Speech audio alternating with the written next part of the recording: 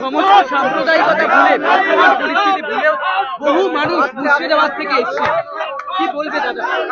মুর্শিদাবাদের মানুষ দাঙ্গা চায় না, মুর্শিদাবাদবাসী দাঙ্গা চায় না, সে যে ধর্মেরই হোক না কেন। মালদা মুর্শিদাবাদ কখনো দাঙ্গা চায় না।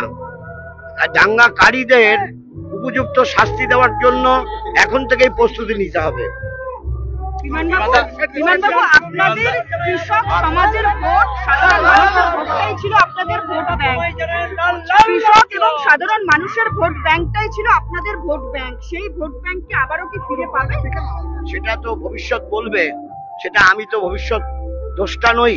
ভবিষ্যৎ বলবে, কিন্তু মানুষের সঙ্গে থাকতে হবে, মানুষের পাশে দাঁড়াতে হবে, মানুষের মধ্যে বিরোধ বিভেদ তৈরি করা শক্তিকে পরাস্ত করতে হবে। 26টা কোনো দেরি আছে, আমরা 25-এ দাঁড়িয়ে আছি। মানুষের ঐক্যটাকে গড়ে তুলতে হবে।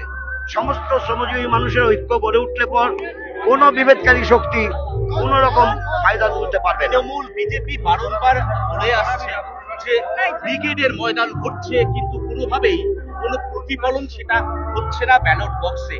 কি মনে হচ্ছে কোথাও গিয়ে শ্রমিক শ্রেণী বা কৃষক শ্রেণী তারা সরে গেছিল, তারা আবার ফিরে আসছে? আমি তো একই কথা বলছি যে মানুষের সঙ্গে থাকতে হবে, মানুষের স্থানীয় দাবির ভিত্তিতে লড়াই করতে হবে, মানুষের ঐক্য সংহতি সম্প্রীতির মেলবন্ধনকে দৃঢ় করতে হবে এবং দাঙ্গাবাজদের হাঁটাতে হবে।